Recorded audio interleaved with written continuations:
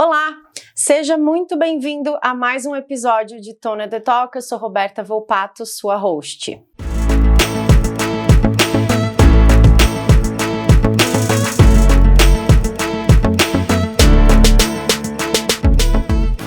O Tona The Talk é um projeto oferecido pela Q Academy, pela QMS Américas e pelo Estúdio Estratégia. E antes de a gente começar, eu já vou pedir para que você se inscreva no canal, ative o sininho para receber notificações sobre novos episódios e deixe seu like aqui pra gente. Começamos uma trilha muito importante no nosso talk show, uma trilha muito atual, muito pertinente.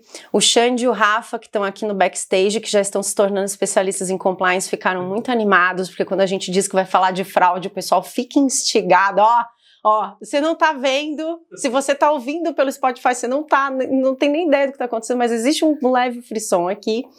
E não poderíamos começar esse tema sem chamar o representante de uma das maiores organizações responsáveis por disseminar os debates e o conhecimento a respeito desse tema. Mas mais do que isso, ele veio aqui para contar pra gente como é bom morar na praia.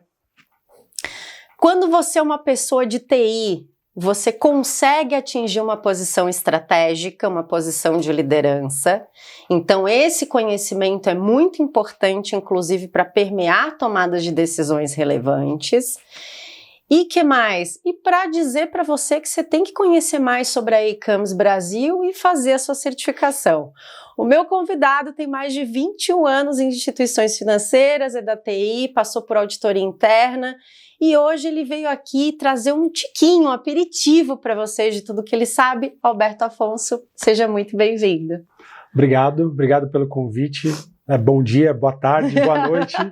Eu queria falar isso, participando do podcast, Obrigado por essa oportunidade. E sim, acho que falando um pouquinho de mim, da minha carreira, já mais de 22 anos, trabalhando em bancos, e eu comecei minha carreira antes de entrar em banco na área de tecnologia, Aquela fase da vida que você está descobrindo o que você vai querer fazer, o que você vai ser. Então, comecei em tecnologia. Aí, em um determinado momento, eu falei, cada vez que eu aprendo alguma coisa, eu já estou desatualizado, eu tenho que aprender mais alguma coisa. Então, você sempre está atrás na área de tecnologia. Mas isso é bacana porque você está sempre ali se descobrindo, renovando seu conhecimento e aprendendo. E eu falei, vou fazer administração. Parei de fazer o curso que eu estava fazendo, ciência de computação, vou fazer administração, quero mudar de área. E aí, eu já era profissional, trabalhando com SAP nessa época, depois de fazer muita coisa em tecnologia. Teve uma oportunidade para ser estagiário num banco com 23, 24 anos de idade e fui para o Banco Real naquela época, que era o ABN AMRO. Entrei na área de auditoria, não sabia se era de beber, se era de comer, o que é auditoria. E na área de auditoria, como eu tinha esse skill, essa habilidade de tecnologia, me chamaram, tá acontecendo um problema em alguns clientes, estão tirando dinheiro da conta deles do Internet Bank, comecinho de Internet Bank, 2001, 2002, e precisamos saber o que está acontecendo. Então começamos a fazer um trabalho investigativo, até visitar clientes, para entender o que estava acontecendo, um trabalho bem rudimentar, e entendemos que estava acontecendo fraudes no computador das pessoas, as pessoas recebendo vírus ou trojans naquela época, que capturava a senha e mandava essa senha para uma série de hackers, geralmente estudantes da área de tecnologia no Brasil, em faculdades aí, conhecidas, interior, norte, nordeste do Brasil, e a gente conseguiu, naquela época, junto com outros bancos, acho que a palavra que a polícia usa é desbaratar, algumas quadrilhas. A primeira operação Cavalo de Troia 1, onde a gente participou, foram 60 prisões numa madrugada. Isso aí foi amplamente divulgado, então a Polícia Federal fez um trabalho excelente naquela época, foi o primeiro. E aí você que era TI começou a aprender que o crime compensa, com perdão do... Na verdade que não compensa, porque todo mundo ali foi Mas foi compensou encana, você flipar sua carreira, começou para mim sim, isso, sem compensou dúvida. para você de alguma forma. Sem dúvida, para mim compensou bastante, foi uma experiência bastante bacana, e essa investigação de fraude estava dentro da área de auditoria. E aí a auditoria foi abrindo esse mundo para mim de bem generalista, de ver diversas coisas. Também estava na crista da onda ali o tema compliance, o tema lavagem de dinheiro, né? Estava bastante forte, principalmente na instituição que eu trabalhava. A gente teve alguns problemas nos Estados Unidos com sanções, né, que está um pouquinho relacionado ao tema de compliance, não necessariamente a lavagem de dinheiro, mas eu acho que no final do dia tem o mesmo impacto para as comunidades, para as pessoas, para a sociedade como um todo, né? Todas as questões de sanções ou lavagem de dinheiro. Nós vamos chegar lá, falar um pouquinho disso aí, né?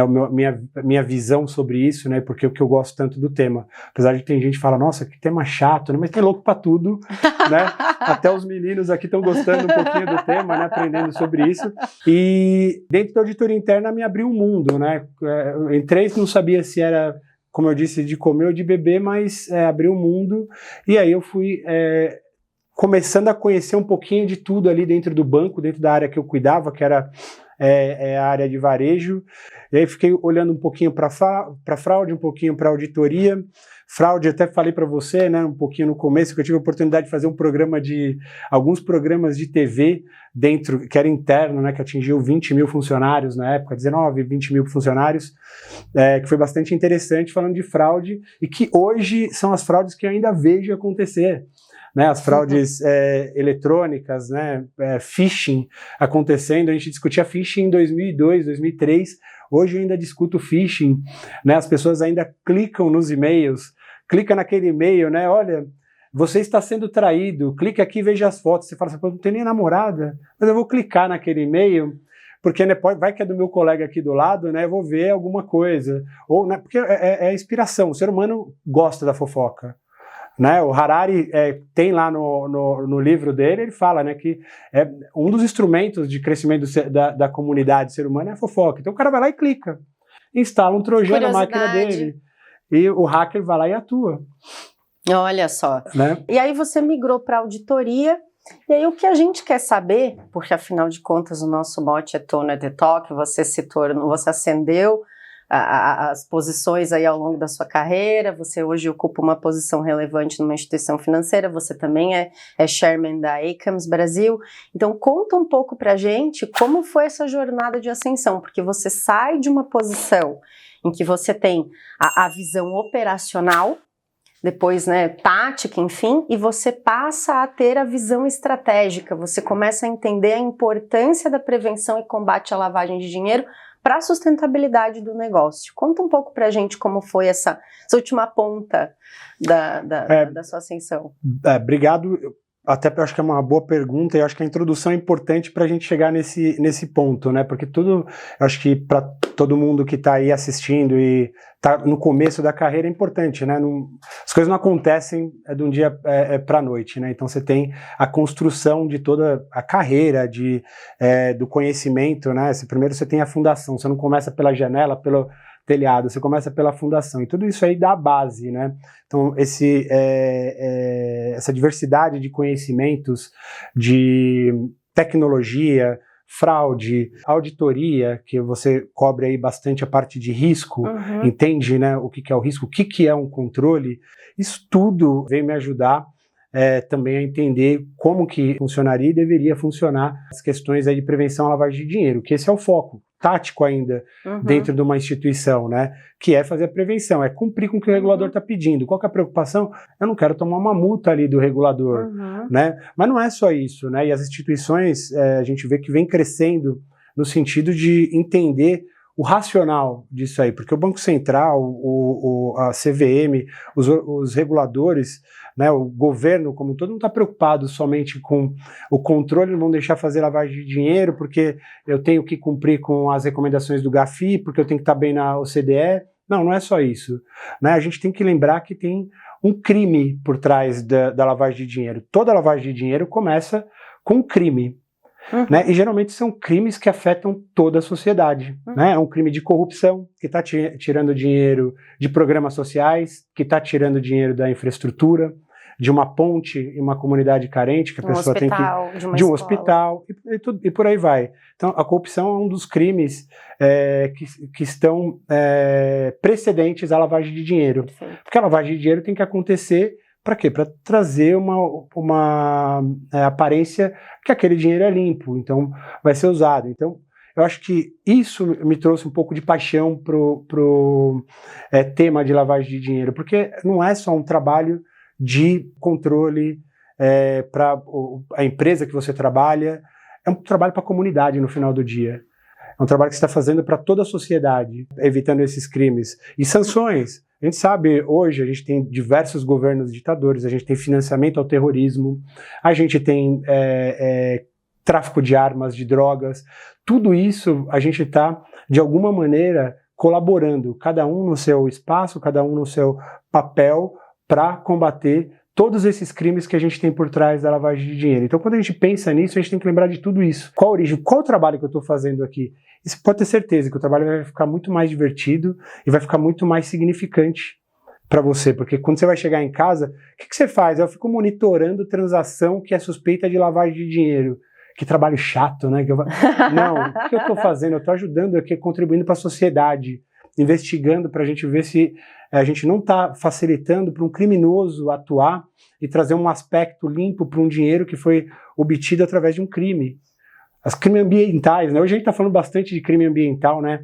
Porque a gente tem tráfico de madeira ilegal, o comércio ilegal de madeira, a gente tem desmatamento ilegal para outros fins, até o uso da terra, né, para algum motivo, mineração, agricultura, que seja.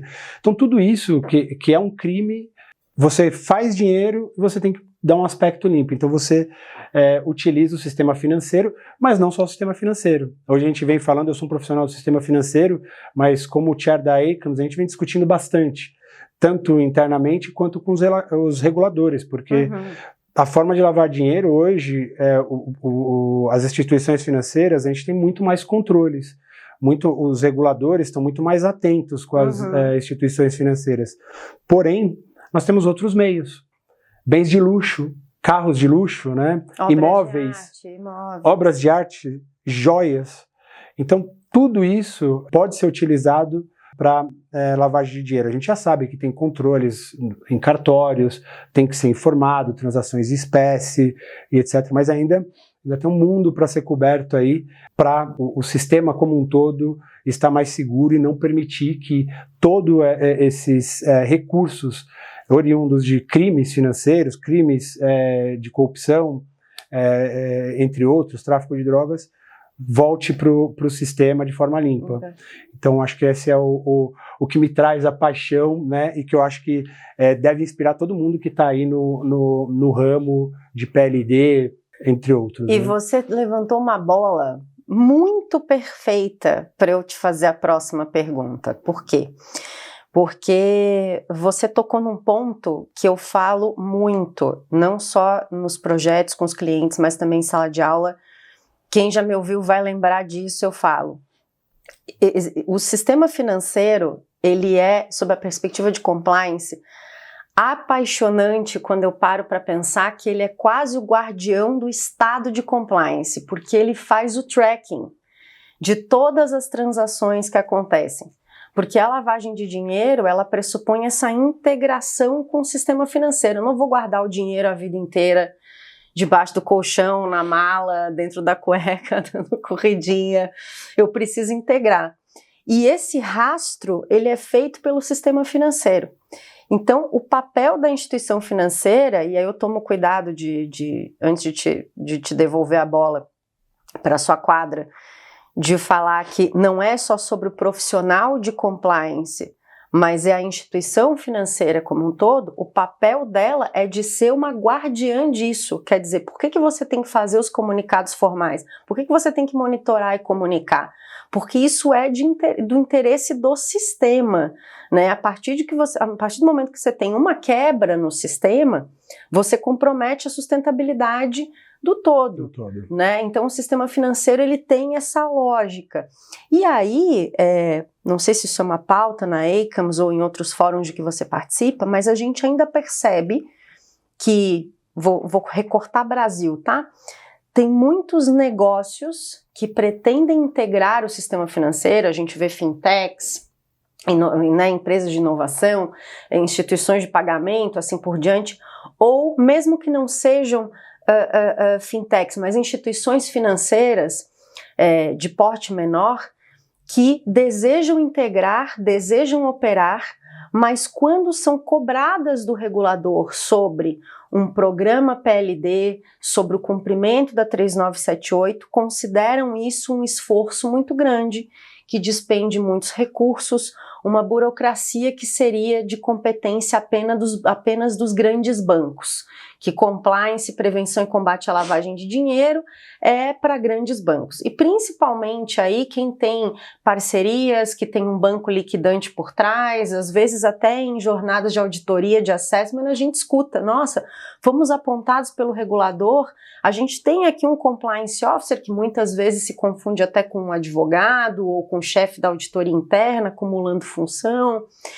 é ouvidor junto ao mesmo tempo, faz um pouco de cada coisa, de uma forma um pouco nebulosa, e diz assim, não, mas na verdade ninguém transita com dinheiro aqui, não existe risco de lavagem de dinheiro aqui, isso é privilégio de grandes bancos, por que a gente tem que gastar recursos, imprimir recursos para fazer isso? E aí eu te devolvo a bola, Alberto, com essa provocação, para perguntar o seguinte, vocês debatem sobre isso, vocês acreditam que existe uma trilha de maturidade que está sendo percorrida ou ainda há de ser percorrida, principalmente por esses novos players ou por instituições financeiras de menor porte, para entenderem a relevância. E aí, por fim, mas não menos importante, né? Na inovação, em que fintech geralmente é mais tech do que fim, o pessoal tem um outro drive, vamos escalar, vamos crescer. Aí, quando recebe o aporte de investimento ou quando chega a carta de credenciamento no Bacen, vem o compliance. E aí o compliance vai atrapalhar, eu não vou mais escalar, eu não vou mais crescer. Enfim, jogar uma bola gigantesca para você, só porque você provavelmente vai conseguir destrinchar isso com muita habilidade, tá? Obrigado. Não, acho que primeiro seu comentário está perfeito sobre o sistema como um todo, né? Todo o sistema ele é tão forte quanto o link mais fraco, né? Perfeito. Então o link mais fraco sempre vai permitir que o sistema como um todo se torne fraco. Então se a gente tiver um dos players ali não cumprindo com as regulações ou com os controles necessários, nós vamos ter um problema.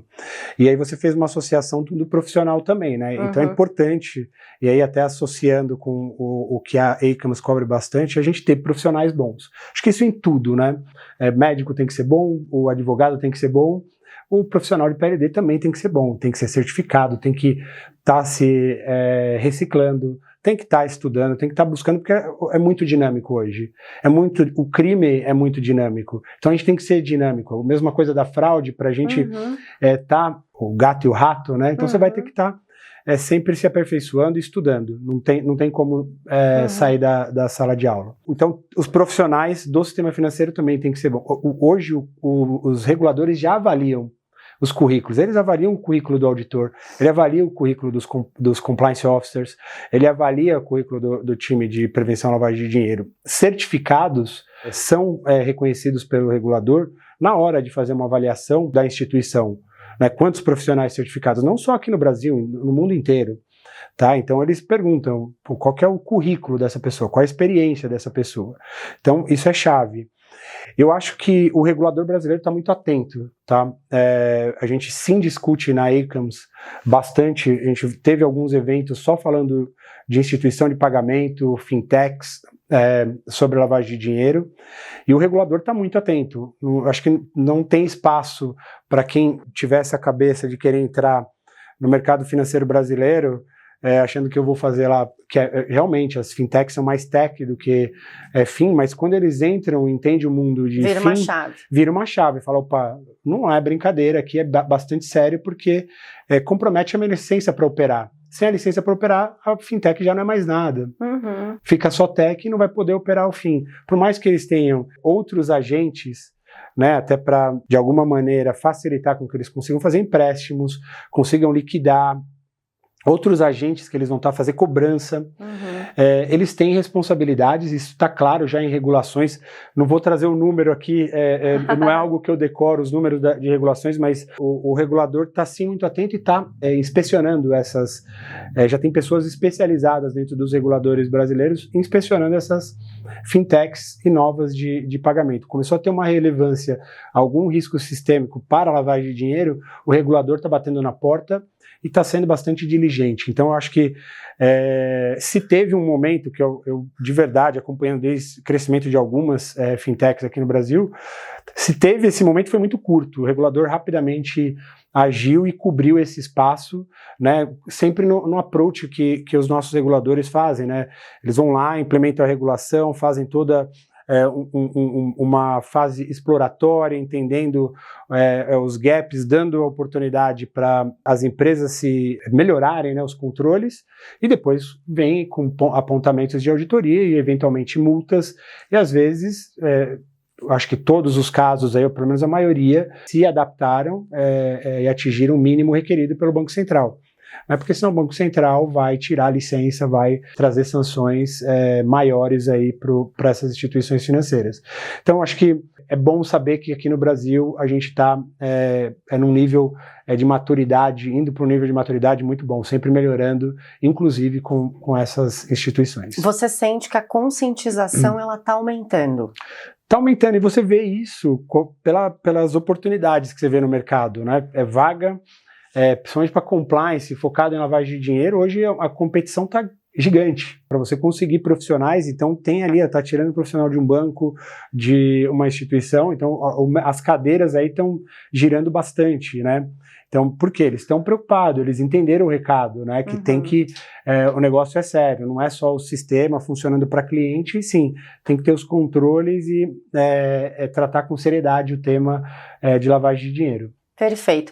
Agora eu vou pegar um gancho numa fala sua sobre quando você falava que o crime de lavagem de dinheiro, ele vem se aperfeiçoando, e até no ambiente digital, quando você fala de hackers e intrusos e fraudadores, e que os controles vêm sendo recrudescidos pelas instituições à medida em que esse jeito de fazer o crime vai se aperfeiçoando. Então há uma tentativa aí de a gente fazer de superar um dualismo aqui, um pêndulo, e você trouxe isso quando você falava sobre até a importância do conhecimento da TI, do quanto esse tema evoluiu. Ao mesmo tempo você fez menção temas antigos ainda tratamos hoje, enfim, você botou isso tudo num bem bolado, e eu acho que isso é um excelente insumo para a gente falar sobre negócios no ambiente digital, transações de pagamento no meio digital, tendências em fraude e lavagem de dinheiro e financiamento do terrorismo. Quer dizer, com o universo em evolução, pandemia nos fez flipar rapidamente para o meio digital. Quem não estava preparado foi como deu. Todo mundo vendendo e comprando na internet, os bancos aí fazendo esse espelhamento. E aí eu te pergunto, Alberto, tendências, o que vocês têm conversado, seja no seu dia a dia profissional, na instituição onde você atua, seja na e-commerce, quando você traz esse otimismo, os controles estão recrudescendo, mas os caras também estão se desenvolvendo. Então, o que está na pauta? Se a gente fosse uma mesa de conselho hoje, ou um comitê de riscos, assim, quais são os trend topics que você pontuaria aqui para que um dirigente de uma instituição ou um compliance officer tivesse no radar em termos de risco de lavagem de dinheiro e fraude? Excelente pergunta. E sim, a gente vem discutindo, de novo, é a briga do gato e rato, né? A gente está sempre, eu acho que o sistema está sempre atrás, né? Ou pelo menos na maioria das vezes, sempre não. Acho que muitas vezes a gente está atrás, entendendo modus operandi, mas hoje a gente vê uma migração muito grande para as moedas digitais, né, que é um mundo, e já estamos vendo regulação saindo sobre bitcoins, todas essas cybermoedas que nós temos hoje no mercado, que é um mundo bastante, para mim, novo, né? A gente já sabe que já tem muitos profissionais, muitas empresas atuando nesse mundo, mas a gente vem discutindo em termos de controles, né, porque hoje o Banco Central, por exemplo, Banco Central, CVM, as regulações é o que a gente chama de risk-based, ele não é mais prescritivo, né, ele fala, olha, você tem que fazer exatamente isso. O que dava até um certo conforto, né? Estou fazendo o que você está pedindo. Não, hoje os reguladores transferem a responsabilidade de você fazer uma análise interna de risco, mas que isso vai te dar base de como você vai atuar, porque se seu risco é maior do lado tecnológico, você não é uma empresa que vai ter face-to-face com um cliente, uma instituição, você tem que ter mecanismos de controle alinhados com a sua estratégia de negócio. Uhum. Né? Se é só tecnologia, você tem que ter controles para tecnologia, né? Se hoje você não fala com a pessoa, perfeito, você tem uma imagem com o documento, né? Então você tem que ter controles ali para você identificar fraude, para você identificar tecnologias que emulam até o rosto de uma pessoa então, em você movimento. Diria, te interrompendo, para dizer, então, que um dos primeiros pontos você entende que é a autenticação da identidade dos envolvidos. Sem dúvida, porque um dos principais pontos é o Know Your Customer. Né? Se a gente hoje for resumir, né, olhando um pouquinho mais estratégico, nós temos o Know Your Customer e nós temos o monitoramento. Perfeito. Né, de transações, se estão ou não compatíveis. Mas o ponto hoje que a gente vem discutindo são tecnologias para isso. Então, se eu sou uma fintech, hoje todas as minhas soluções são com base na tecnologia, eu tenho que ter controles para identificar tanto clientes que têm o perfil de lavador de dinheiro ou transações que podem ser uma lavagem de dinheiro com uma tecnologia adequada ao à minha estratégia de negócio. E aí a gente vem falando muito hoje de inteligência artificial, né? Porque hoje eu não consigo criar regras como a gente criava lá em 2001, né, que assim, se a transação for maior que tanto, dependente do cliente, você cai aqui no monitoramento, eu vou fazer vou ver um alerta. Então hoje cada cliente tem um perfil e a tecnologia para identificar isso tem que levar em conta diversos fatores. Então não é o simples filtro de transações. Exemplo, diversos fatores. Diversos fatores. Hoje a gente tem localização geográfica, a gente tem associação de um produto específico para um perfil de cliente. Uhum. Né? Por exemplo, eu tenho um cliente que ele é exportador, ele vai fazer um câmbio para compra de moeda. Faz sentido? Isso aí para o perfil desse cliente? Uhum. Né?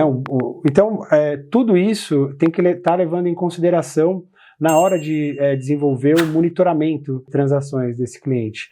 Então, hoje, para as fintechs, qual que é o ramo de atividade daquela pessoa? Faz sentido o número de transações para aquela atividade? Né, pequenas? Faz sentido o número de... Porque antes a gente tinha, transação de 9.999 barra aqui no filtro. Isso era fácil, né? Porque 10 mil em dinheiro, a gente sabia que não podia. Mas vale dizer também que esse controle ele serve para todas as instituições financeiras, né? A gente nichou aqui, pegou o gancho da pergunta anterior para falar de fintech, mas ele é abrangente. Não, todas. Não, sim.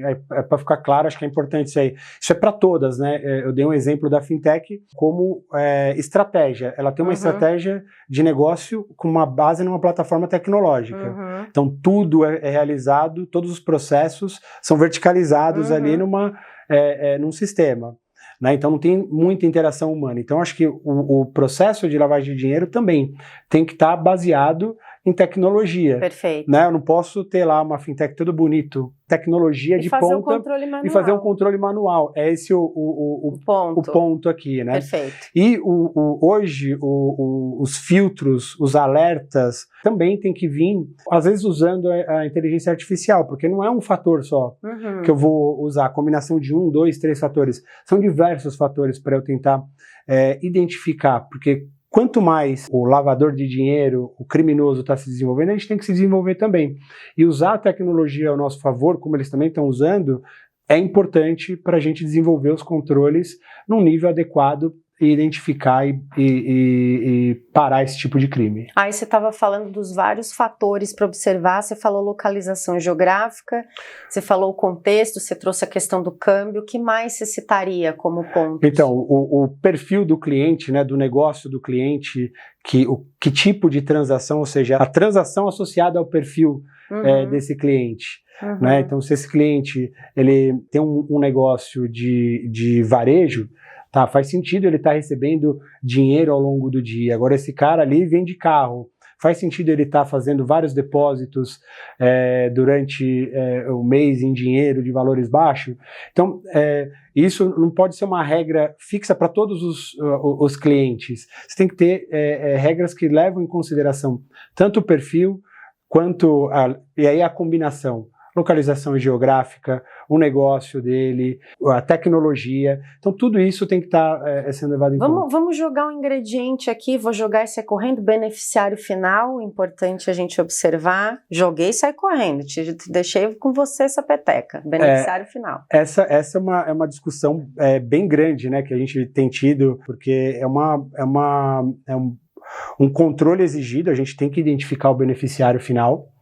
A gente teve casos a gente vendo aí a guerra da Ucrânia, né, uma série de empresas no Brasil até, ou no mundo, que tem beneficiários finais que são oligarcas russos. E aí dentro de uma estrutura de companhia, que às vezes você tem muitas camadas até chegar no beneficiário final, isso é um desafio muito grande para qualquer instituição. Perfeito. E você consegue resolver isso, boa parte disso, com muito sistema, muita tecnologia, né? Hoje, por exemplo, no Brasil, a gente tem muitas bases de dados que a gente consegue consultar, mas até um certo nível aqui dentro do Brasil. A gente barra em algumas quando a gente tem lá os beneficiários finais que estão, isso quando está muito diluído, quando, por exemplo, a gente tem dentro empresas listadas, então que tem ações.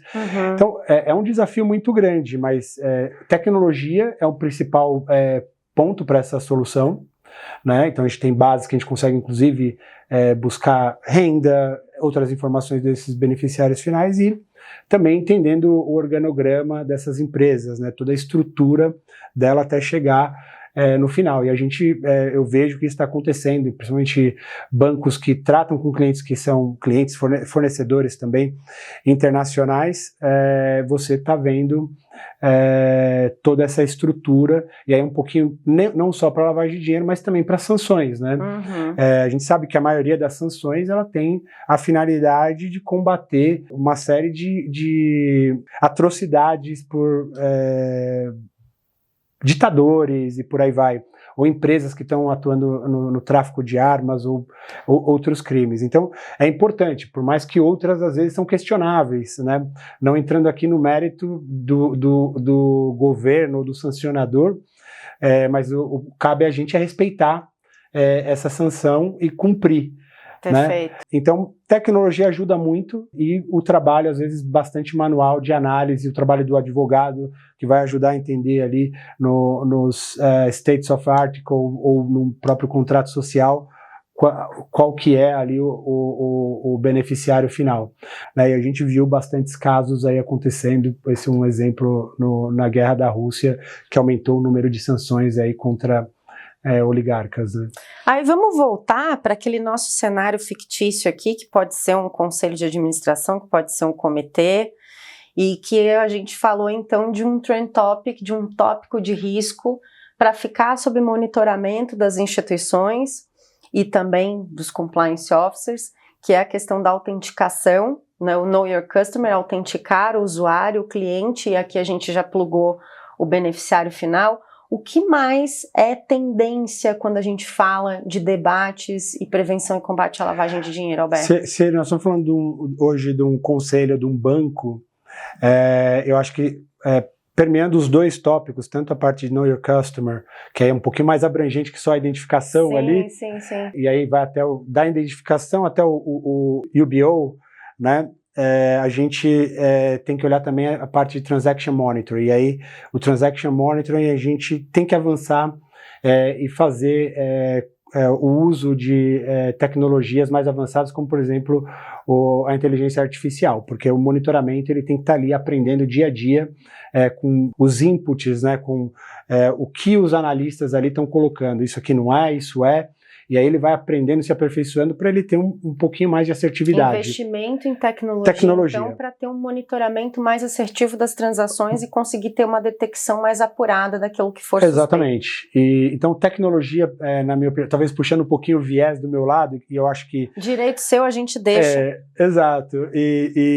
Eu vim de tecnologia, apesar de 21 anos atuando como auditor, e não era auditor de tecnologia, olhando para tudo, e aí na maioria do tempo, né, eu como gestor desde 2015, também atuando com tecnologia, né, apesar de ter sido gestor antes, mas não atuava, fazia auditoria de tecnologia. Mas como profissional de tecnologia, eu vejo que hoje essa associação ainda tem alguns gaps, e dá para a gente tirar. Ou seja, o mesmo nível de tecnologia que você está dedicando para o negócio, eu acho que você tem que dedicar para o combate de lavagem de dinheiro, combate a fraudes e por aí vai.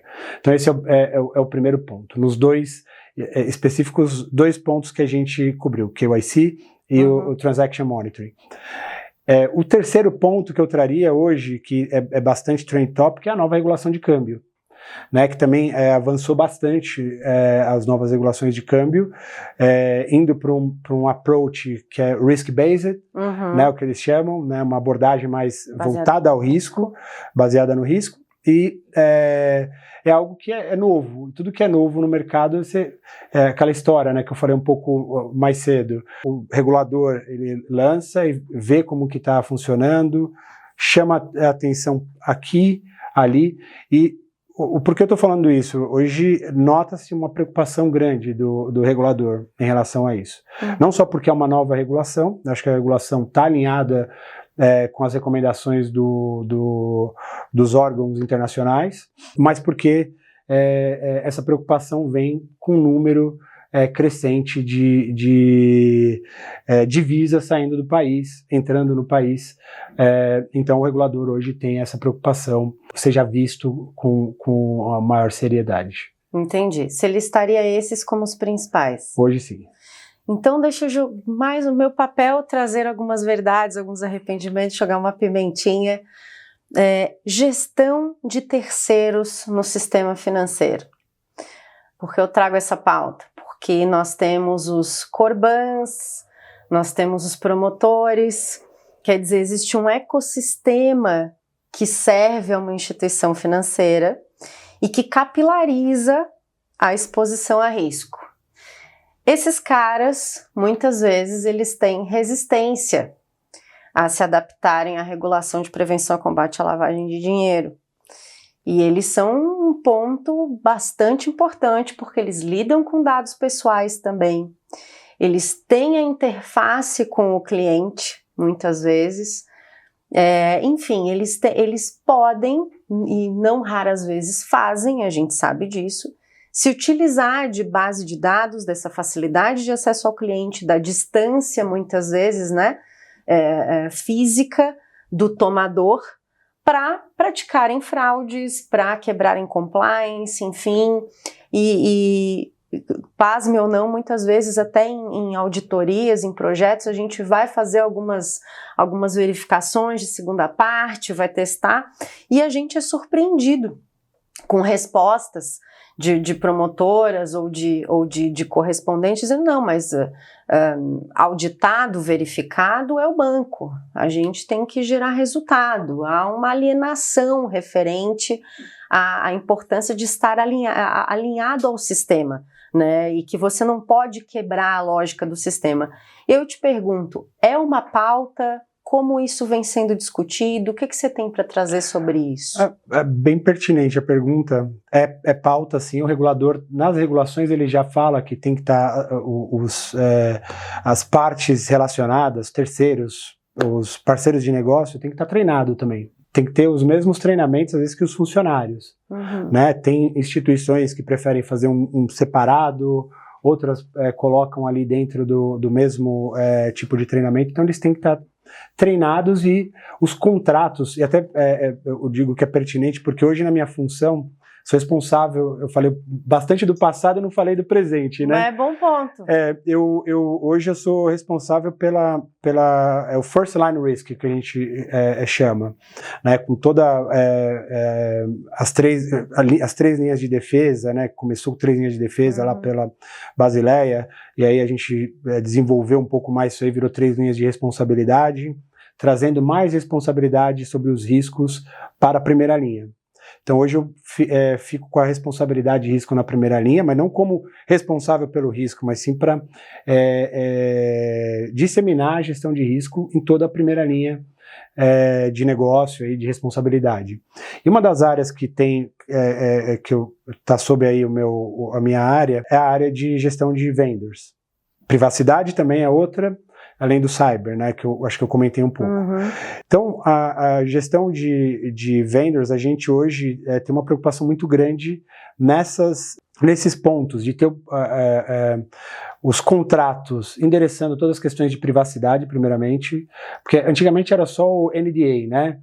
Hoje a gente tem a questão de privacidade, então não é só o dado confidencial, é o dado privado também, que a gente tem uma responsabilidade muito maior, né, um risco muito maior, porque é um direito, é outro que eu gosto também, é um direito do ser humano. Perfeito. A privacidade é um direito do ser humano, né, que a gente tem que preservar. Quando alguém confia o dado pessoal, uma informação pessoal, você tem responsabilidade. Isso como pessoa, você tem responsabilidade, né, como empresa, mais ainda.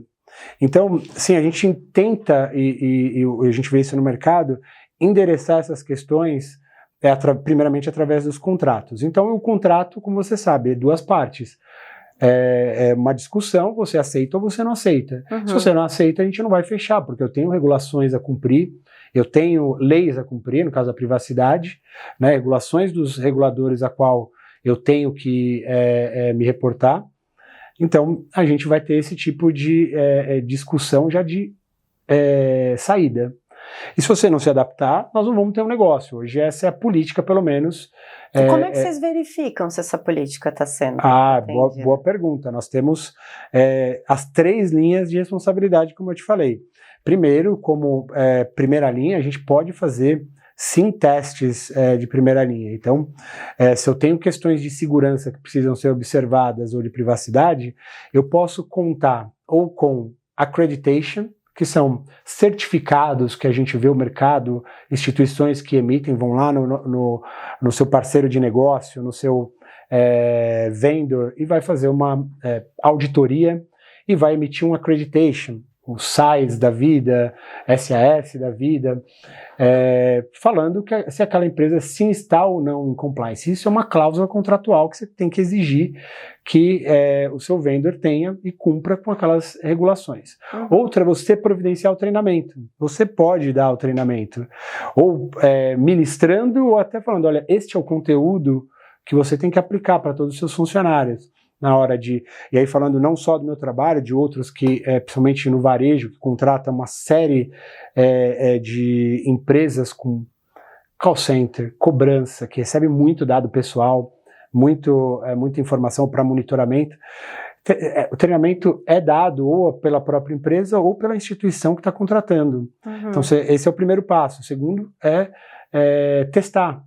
Você ir lá e verificar, estão cumprindo com isso? Você tem cláusulas contratuais, com SLAs, que você vai fazer com que sejam cumpridas, multas e etc. Então, tem que estar previsto isso, tem que ter um contrato que traga tudo isso, de alguma maneira, porque quando você terceiriza, a responsabilidade continua sua, mas você tem que impor esse mínimo nível de controle que você aceita, porque senão você vai enfraquecer de novo os controles internos e provavelmente você vai ter um problema com o regulador, com o cliente, sua imagem, né, dados vazados hoje, você tem um problema muito grande com a imagem.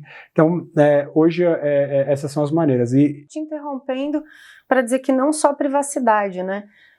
Sob a minha perspectiva aqui, do que a gente sente no dia de trabalho, também tem a questão da integridade, né, da forma como esse vendor está fazendo o relacionamento, como é que esse contrato dele com o consumidor final está sendo firmado, sob que premissas, algum tipo de conflito de interesse, Exato. algum tipo de oferta de vantagem indevida para viabilizar, porque tem meta, né, o pessoal tem metas ousadas, está trabalhando por resultado, isso também é um ponto de atenção, né? São vários pontos, eu acho que é a privacidade, mas a gente acaba vendo em toda essa relação, a gente vai ver uma relação, né, vai ver as questões de corrupção, as questões de sustentabilidade, socioambiental no final, né? Se o cara está envolvido com trabalho escravo, esse cara está envolvido de alguma maneira com algum desastre ambiental, nós vamos ver questões de segurança.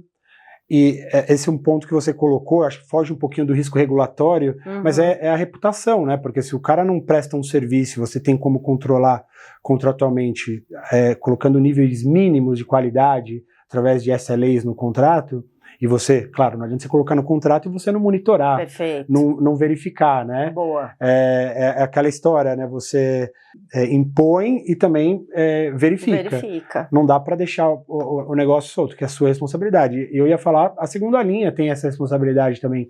E pode ir fazer um teste num parceiro.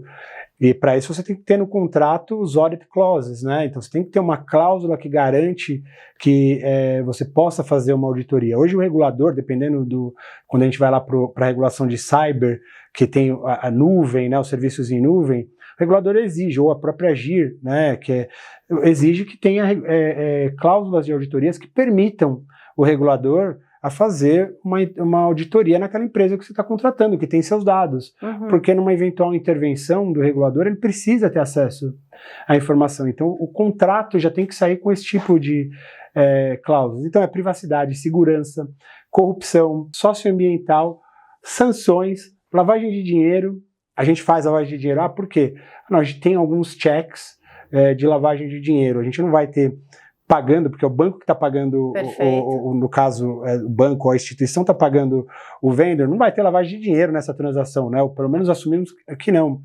Mas esse cara tem alguma notícia adversa correndo aí no mundo, então não vê se isso foi um problema. Até quando você falou em sustentabilidade, você falou socioambiental, eu daqui falei econômico-financeira, porque isso também diz respeito à conduta, né, do agente, quer dizer, dependendo de como é o negócio dele, não só a reputação, mas como se estrutura o negócio dele e a proveniência das receitas, isso também é um ponto de atenção. Sem dúvida, é um outro, até saindo um pouquinho, e obrigado, é uma área que eu tenho.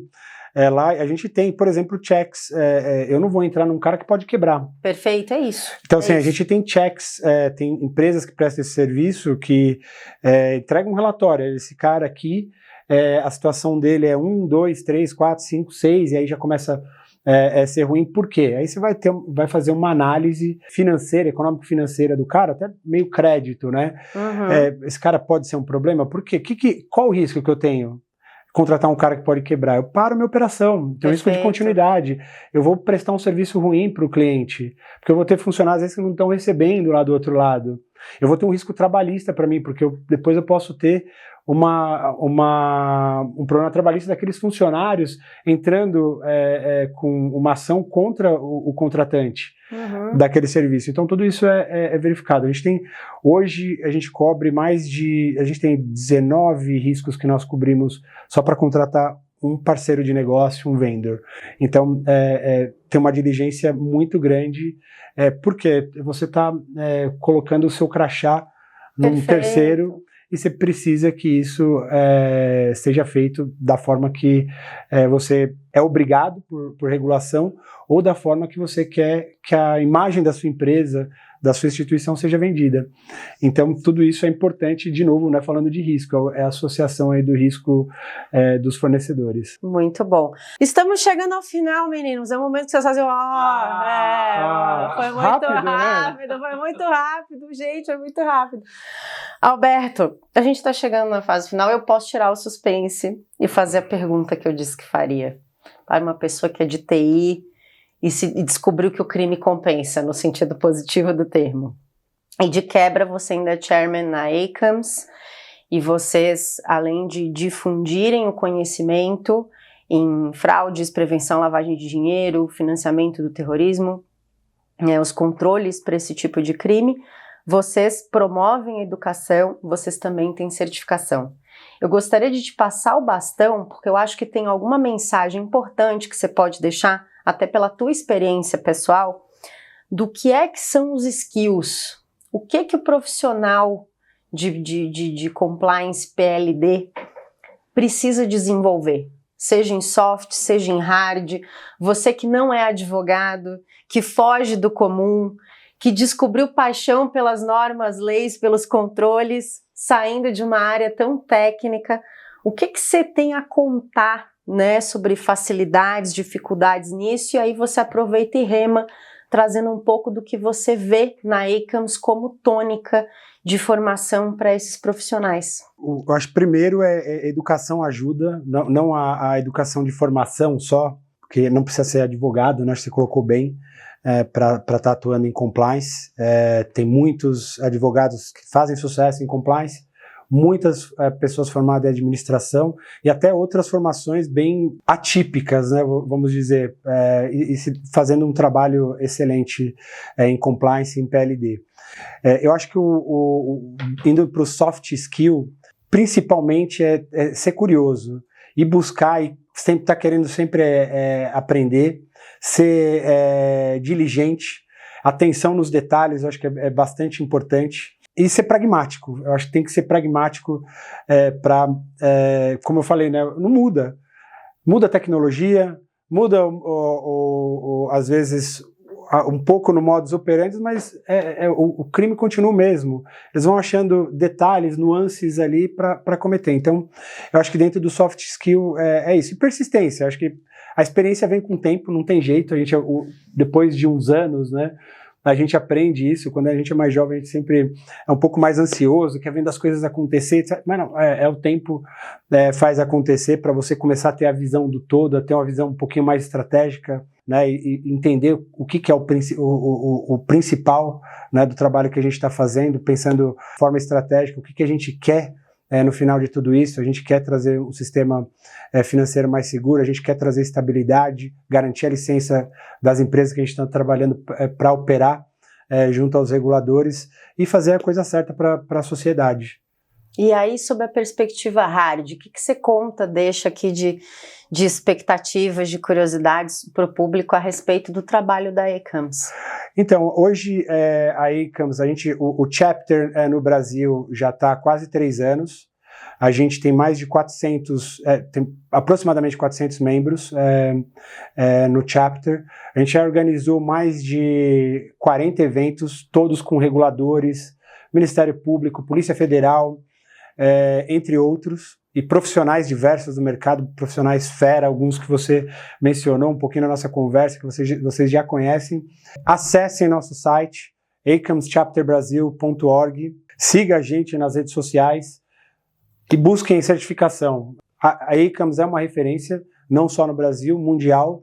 Então isso eu acho que traz o aspecto internacional. A gente tem outras instituições muito sérias, boas, fazendo certificações, mas eu falo um pouco da ACAMS porque eu sou certificado desde 2012 e tem um reconhecimento bastante grande. Então acho que é importante sim para coroar, não é tudo, todos os outros skills, como eu comentei, a educação, a experiência vale bastante, mas eu acho que um certificado também coroa o conhecimento que vocês estão adquirindo e vão ter. Muito bom! Antes de passar a palavra para o Alberto para as considerações finais, você que assistiu até aqui ou que está chegando agora, pegou o bonde meio andando, é o momento de você se inscrever no canal, ativar o sininho para receber notificações de novos vídeos e deixar seu like. Foi mais um episódio do Tona Talk, satisfação imensa com o Alberto. Alberto, assim, ó, agora é o momento que você agradece, dá uma dica para o pessoal, assim, para sair um pouco de São Paulo, né, morar na praia. Você vai contar um pouquinho da sua aula de surf, você vai trazer um pouco para a galera esse seu lifestyle para dizer que nem só de monitoramento de transações suspeitas vive o ser humano, e a gente encerra. A palavra está com você. Não, obrigado pela oportunidade mais uma vez, excelente experiência numa semana que eu estou passando em São Paulo, para mim é difícil, né, morando na praia, e foi uma decisão que nós tomamos na pandemia. Eu e minha esposa, e fomos morar na praia. A gente trabalha de forma híbrida, então vem para São Paulo quando tem que trabalhar. Eu acho que vale a pena, porque São Paulo, eu nascido e criado em São Paulo. São Paulo é uma cidade bastante difícil, cheia de oportunidades, mas por outro lado é bastante difícil, com muito trânsito, muita correria, e essa oportunidade de morar na praia para mim me trouxe bastante qualidade de vida para mim. Resolvemos ter mais um filho, depois de um filho de 21 anos, um de 13, a gente resolveu ter outro, que tem agora 1 ano e 2 meses, e estamos super felizes lá, fazendo as aulas de surf. Assim, ainda não estou no ritmo que eu gostaria, mas aí o plano é que o Noah, o mais novo, aí vai ser surfista, porque ele nasceu na praia, praticamente todo dia ele vê a praia. Mas é isso, acho que é importante o equilíbrio para nos ajudar aí nesse trabalho que é bastante sério, bastante importante para toda a sociedade. E obrigado mais uma vez pela oportunidade. Maravilhoso, esse foi o Alberto Afonso, uma salva de palmas. Muito obrigada, Alberto, foi incrível. Que a conexão se mantenha. Acredito que tem muita sinergia entre o nosso trabalho e o trabalho que você faz na ACAMS, em outros fóruns, né, e difundir esse conhecimento que é tão relevante. A gente fecha esse episódio com muita satisfação quanto ao alinhamento. Mas eu quero agora, aqui, todo mundo assistindo, um compromisso. Agora você vai fazer um evento com a gente lá no ACAMS. Vou! Tá bom? Eu vou.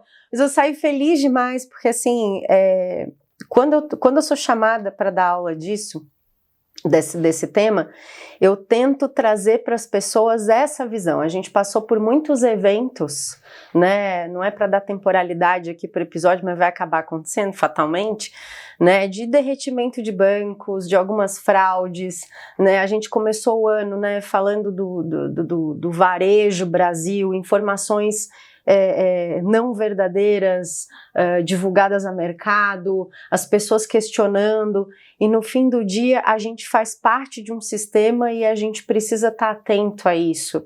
E você trouxe a validação dessa percepção, que eu entendo que é muito oportuna, né, para que as pessoas se conscientizem, né, até sobre os seus próprios deveres como cidadãos, né? Eu faço parte de um sistema, então eu preciso trazer a verdade no momento em que eu vou tomar um crédito, no momento em que eu vou fazer um investimento, ou que eu vou tomar um capital, e o quanto isso é importante para a gente ter um ciclo virtuoso e uma sociedade também mais próspera, né? Quando você traz a pauta da sociedade, isso nos aquece, firma o nosso compromisso, né? Não só profissional, mas de contribuir para uma comunidade melhor. Gostei demais. Que venham os próximos. Muito obrigada para você que segurou até aqui, resistente, resiliente. Muito obrigada. Nos vemos no próximo. Até breve.